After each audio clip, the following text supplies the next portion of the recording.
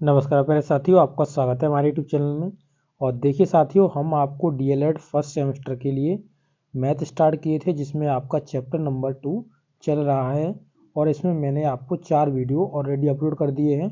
ये video number 5 होने वाला है। तो आपने पहले के वीडियो नहीं देखे तो आप ज़रूर से देख लीजिएगा। और आप अगर चैनल पर नए हों तो चैनल को सब्सक्राइब कर लीजिएगा, इस वीडियो को ज़रूर से लाइक कर दीजिएगा और अपने दोस्तों के साथ ज़्यादा से ज़्यादा शेयर करिएगा। तो चलिए वीडियो को स्टार्ट करते हैं। तो देखिए साथियों, आज हम जानेंगे प्राकृतिक संख्याओं के बारे में, यानी नेचुरल नंबर्स क्या होते हैं, ये प्राकृतिक संख्याएं क्या होती हैं। ओके, तो ये आज हमारा टॉपिक रहने वाला है। इसके बारे में हम जानकारी लेंगे, इस वीडियो में पूरी जानकारी देंगे आपको और अच्छे से आपको समझाने का प्रयास करेंगे। तो देखिए लिखा हुआ है, गिनने के लिए प्रयुक्त होने वाली संख्याएं। जैसे हम किन्हीं वस्तुओं को गिनते हैं, जैसे मान लीजिए कि मान लीजिए कंचे हैं, तो मान लीजिए उनमें से दो, 1 2 3 4 इस तरीके से गिनते हैं। कोई बुक्स हैं, कुछ भी चीज़ें हैं जो जिन्हें हम गिनते हैं, उनके लिए जो प्रयुक्त संख्याएं होती हैं, जैसे कि 1 2 3। तो इस तरीके से जब हम नंबर्स गिनते हैं, किसी किन्हीं वस्तुओं को गिनते हैं, तो उसके लिए क्या करते हैं, उनके लिए इन अंकों का प्रयोग होता है। गणना संख्याएं अथवा प्राकृत संख्याएं कहलाती हैं। तो इन्हीं को हम प्राकृत संख्याएं बोलते हैं। क्या बोलते हैं? प्राकृत संख्याएं बोलते हैं। सिक्के हो गए, कुछ भी हो गया, जैसे हम गिन सकते हैं। तो उन चीज़ों के लिए जो नंबर्स यूज किए जाते हैं, नेचुरल नंबर है तो इसे हम n से प्रदर्शित करते हैं। और n से प्रदर्शित करेंगे, और यहाँ पे आप देख सकते हो मझले कोष्ठक में यहाँ पर 1 2 3 4 और डैश डैश दिया गया है। तो यानी आगे भी नंबर इसके आएंगे। ठीक है, आप ये देख सकते हो, ये नेचुरल नंबर्स होते हैं। क्योंकि नेचुरल नंबर होते हैं इसलिए इसे हम n से प्रदर्शित करते हैं। फिर इसमें मझले कोष्ठक में हम यहाँ पे रख देंगे नंबर्स 1 2 3, इस तरीके डॉट डॉट कर देंगे, क्योंकि आगे भी नंबर्स इसमें आएंगे। ठीक है, तो इस तरीके से आपके होते हैं। आगे बढ़ेंगे, आगे देखेंगे।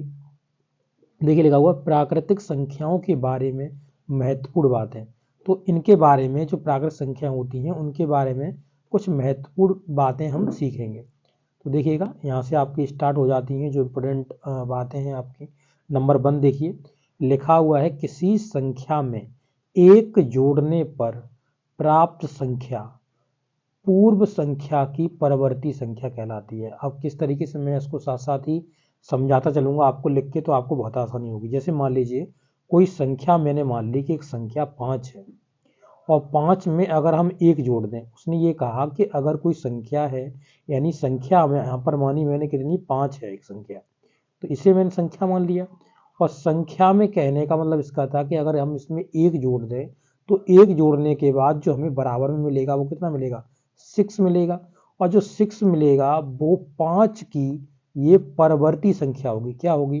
परवर्ती, परवर्ती। ठीक है, परवर्ती संख्या क्या होगी? परवर्ती संख्या।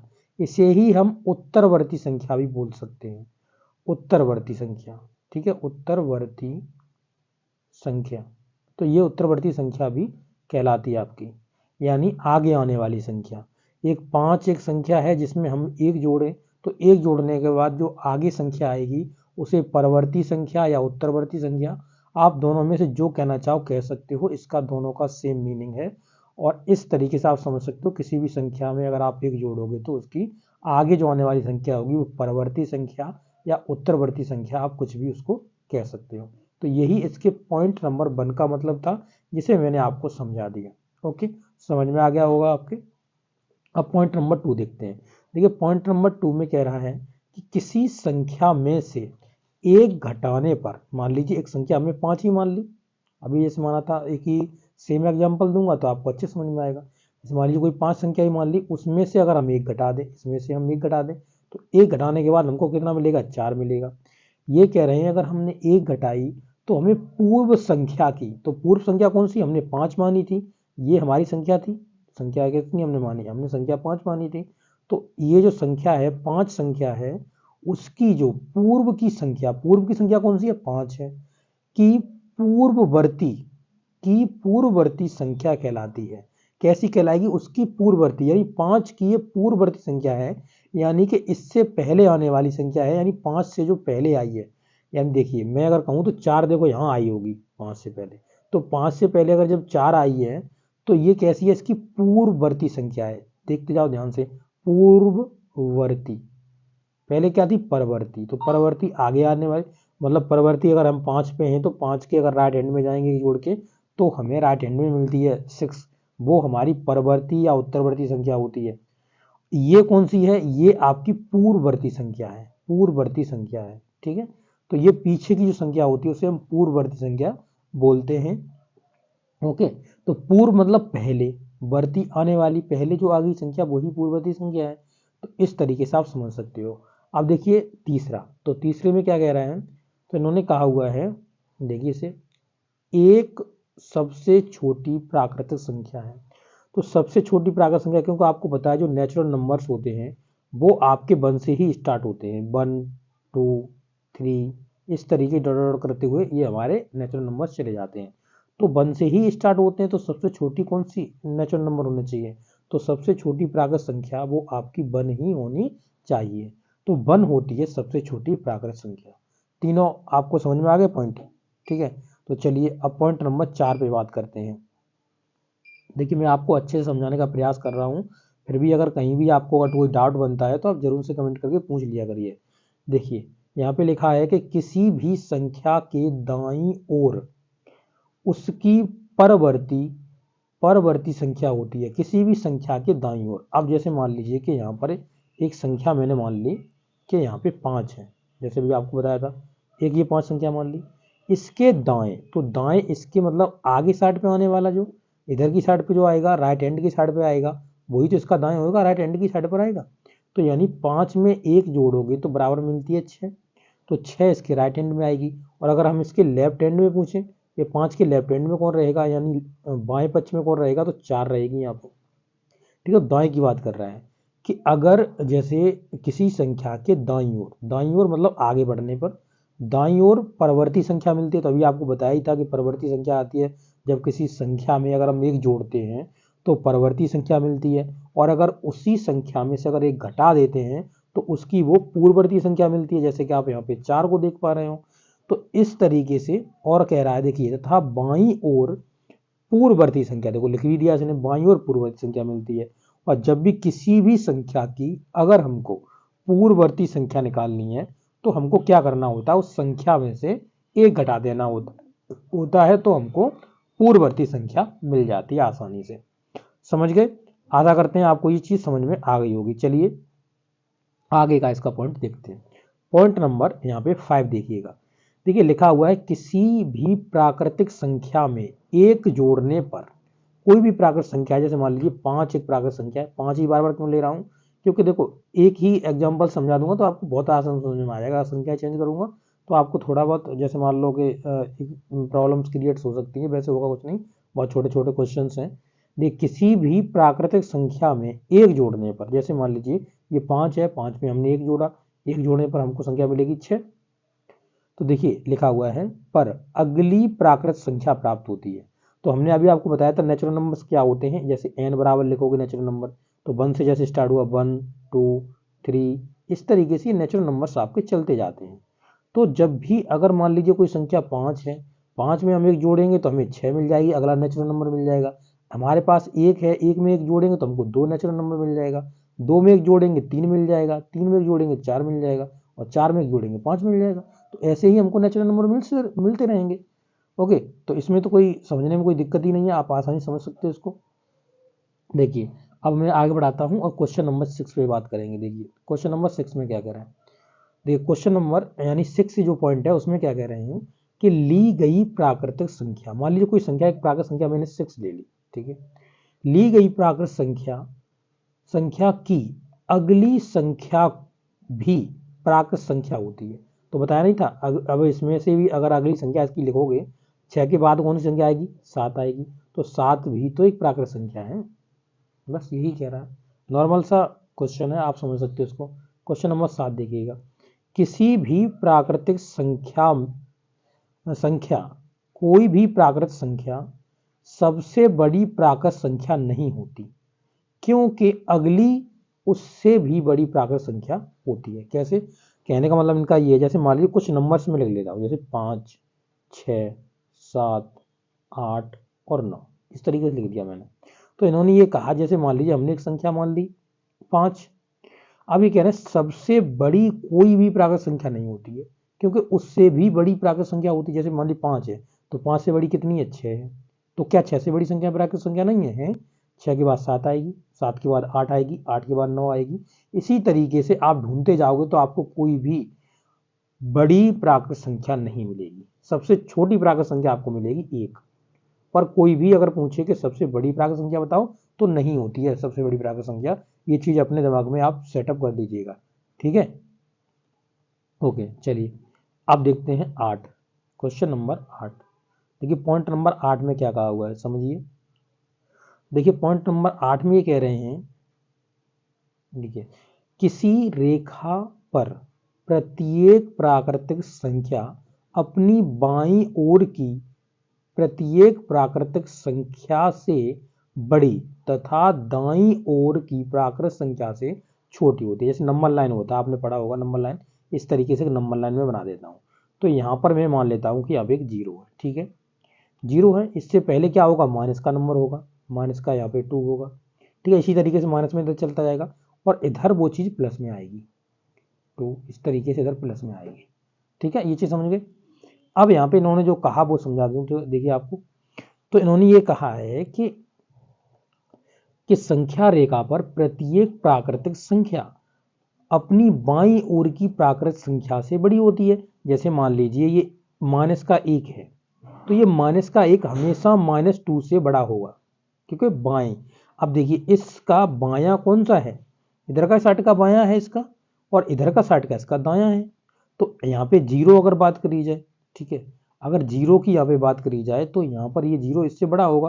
देखिए हालांकि इसमें 0 नहीं आता, ठीक है, 0 नहीं आता, ये भी नहीं आते इसमें, ठीक है। यहाँ से पॉजिटिव संख्या में चलिए, ठीक है। तो यहाँ से पॉजिटिव में बता रहा हूँ। जैसे मान लीजिए एक संख्या है ये 1, ठीक है।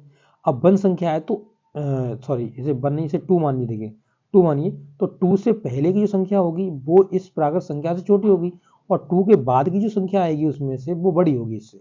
तो वही कह रहा था ये, ठीक है, प्राकृत संख्या के बारे में इसने यही कहा है। तो अभी ये मैं आपको पूरा होल नंबर्स पे बताने लगा था। तो यहाँ से ये हटा करके आप क्या करें, नंबर लाइन पे इतने 3 नंबर ले लीजिए, या कोई भी नंबर ले लीजिए, उसमें से एक बीच में नंबर मान के एक आगे का एक पीछे का दिखा दीजिएगा। ओके, चलिए अब नेक्स्ट देखते हैं पॉइंट नंबर, हाँ अब आ गया 8 हो गया ना, 9 पे आ गए।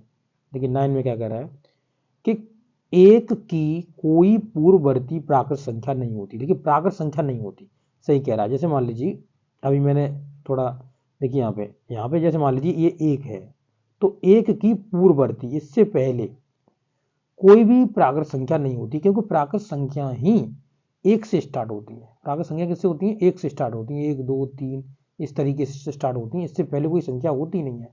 अगर आप 0 को कहना चाहोगे तो 0 होल नंबर में आता है, ना कि प्राकृत संख्या में आता है, ठीक है। तो ये होल नंबर में आता है, 0 नहीं होगा, ना माइनस का होगा, ये कुछ नहीं होंगे, ठीक है। यहाँ से प्राकृत संख्या ही जब 1 से होती है स्टार्ट, तो उससे पहले कोई कैसे उसकी पूर्ववर्ती संख्या आ सकती है? तो कोई नहीं आएगी, ठीक है, होती ही नहीं है, समझ गए। अब देखिए क्वेश्चन नंबर 10, ठीक है। अब देखिए 10, देखिए क्वेश्चन नंबर 10।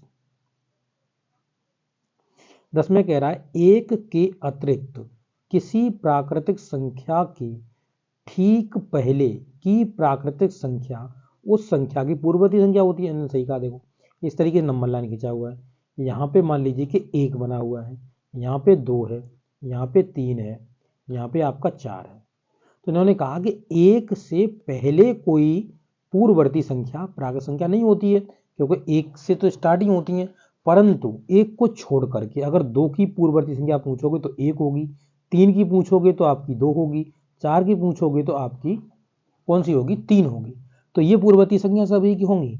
अब आपको 1 को छोड़ने के बाद सबकी पूर्ववर्ती संख्या मिलेगी, और सबकी उत्तरवर्ती संख्या या परवर्ती संख्या भी मिलेगी आपको। उत्तरवर्ती इसके आगे आने वाली, जैसे 5 हो जाएगा, ठीक है, यही चीज़ है। चलिए आगे अब देखते हैं क्वेश्चन नंबर 11। पॉइंट नंबर 11 देखिए। तो पॉइंट नंबर 11 में उन्होंने क्या कहा हुआ है, देखिए पॉइंट नंबर 11 में कह रहे हैं प्राकृतिक संख्या के ठीक बाद की प्राकृतिक संख्या उसकी अनुवर्ती संख्या होती है। जैसे मैंने कहा था, जैसे मान लीजिए कोई नंबर मान लीजिए 10, मान लीजिए 11, 12 मान लीजिए। अब इन्होंने कहा हुआ है कि एक प्राकृत संख्या ले लो, जैसे कि मान लो कि हमने यहाँ पर क्या करा, 10 ले लिया, तो 10 के आगे आने वाली संख्या कह रहे हैं वो भी एक प्राकृत संख्या होगी, 11 के आगे आने वाली भी प्राकृत संख्या होगी, सभी क्या है, ये प्राकृत संख्या है, तो इसमें कुछ है ही नहीं। और ये अनुवर्ती संख्या होती है, अनुवर्ती मतलब आगे आने वाली संख्या है, या उत्तरवर्ती संख्या है, या फिर हम कोई कह सकते हैं क्या, परवर्ती संख्या है। तो 3 नामों से जाना जाता है इनको। ठीक है, चलिए आगे देखते हैं क्वेश्चन। अब देखिए उदाहरण नंबर 12 आ गया। तो उदाहरण नंबर 12 में समझिएगा क्या कह रहा है। तो कह रहे हैं, ठीक है, अब मैं यहाँ, ठीक है, अब देखिए कह रहा है कि 79 की अनुवर्ती संख्या बताइए। तो अनुवर्ती आगे आने वाली हमने बताया था, तो 79 है, 79 में एक जोड़ोगे तो अनुवर्ती संख्या इसकी क्या आ जाएगी, 80 आ जाएगी। 79 में जोड़ोगे तो 80 हो जाएगा ना, तो ये 80 हो जाएगी संख्या। तो इसमें अब कुछ है ही नहीं, अब तो आप आसानी समझ लोगे ना। आगे देखिएगा, तो क्वेश्चन नंबर 13 में कहा हुआ है कि 3 अंकों की सबसे छोटी प्राकृत संख्या लिखिए। तो हमने बताया था सबसे छोटी प्राकृत संख्या कब लिखते हैं, जब हम उसको क्या करते हैं, डिसेंडिंग ऑर्डर में लिखते हैं। तो यानी हमारे पास जो अंक होते हैं वो कहाँ से स्टार्ट होते हैं, तो वो हमारे एक से, सॉरी यहाँ 0 से स्टार्ट हो जाते हैं, 0 1 2 3। सबसे छोटा नंबर कौन सा है, यहाँ पे 1 है। तो अब क्योंकि 0 से स्टार्ट करोगे तो वो संख्या उतने अंकों की बनेगी ही नहीं, तो 1 और 2, तो ये 100 हो जाएगा 3 अंकों की। ठीक है, अब चलिएगा क्वेश्चन नंबर 14 पे। एक क्वेश्चन नंबर 14 में कह रहा है कि जो कितना लिखा, इकाई, दहाई, सैकड़ा, हजार, 10,000। तो ये लिखा 9,999। तो 9,000 आपका हो गया, और ये सॉरी 9 इकाई, दहाई, सैकड़ा, हजार, 10,000। तो ये 99,000 लिखा हुआ, 99,999। तो 99,999 ये नंबर लिखा हुआ है। इसकी अनुवर्ती संख्या पूछ रहा है, यानी आगे आने वाली संख्या, एक जोड़ोगे इसमें। ठीक है, तो ये जो 99,000 था, 99,999, तो अब ये कितना हो जाएगा, तो ये आपका पूरा 1,00,000 हो जाएगा। कितना, एक रखोगे यानी जोड़ते जाओगे, इधर पीछे जोड़ता हो, 0 0 0 0 और ये 10 हो जाएगा। तो यहाँ पे 3 के बाद लगा दो, ठीक है, फिर 2 के बाद लगा दो, तो 1,00,000 हो गया आपका। ठीक है, 99,000 में एक, 99,999 में एक और जोड़ोगे तो पूरा 1,00,000 हो जाएगा। ठीक है, अब देखिए क्वेश्चन नंबर 15। क्वेश्चन नंबर 15 में कह रहा है 4 अंकों की सबसे बड़ी संख्या की उत्तरवर्ती संख्या या अनुवर्ती संख्या प्राकृत संख्या बताओ। 4 अंकों की सबसे बड़ी, 4 अंकों की कौन सी, 9 9 9 और 9, प्लस में एक जोड़ोगे मिल जाएगी ना अगली, तो एक जोड़ोगे तो ऐसी मिल जाएगी अगली। तो अभी कितना हो गया, 0 हो गया, 0 हो गया, 0 हो गया, 0 हो गया, 1 हो गया। तो ये हो गया आपका कितना, 10,000। 10,000 आपका हो जाएगा। ठीक है, तो ये आपकी हो जाएगा आंसर, देखिए लिखा हुआ है ना। अब देखिए इतना ही सीखेंगे, आगे हम पूर्णांक के बारे में सीखेंगे। तो इस वीडियो में इतना ही। आपको सब कुछ समझ में आया कि नहीं आया, कोई भी डाउट तो नहीं रह गया आपका, जरूर से बता दीजिएगा। मैंने कोशिश करा है आपको अच्छे तरीके से समझाने का। Okay, thank you.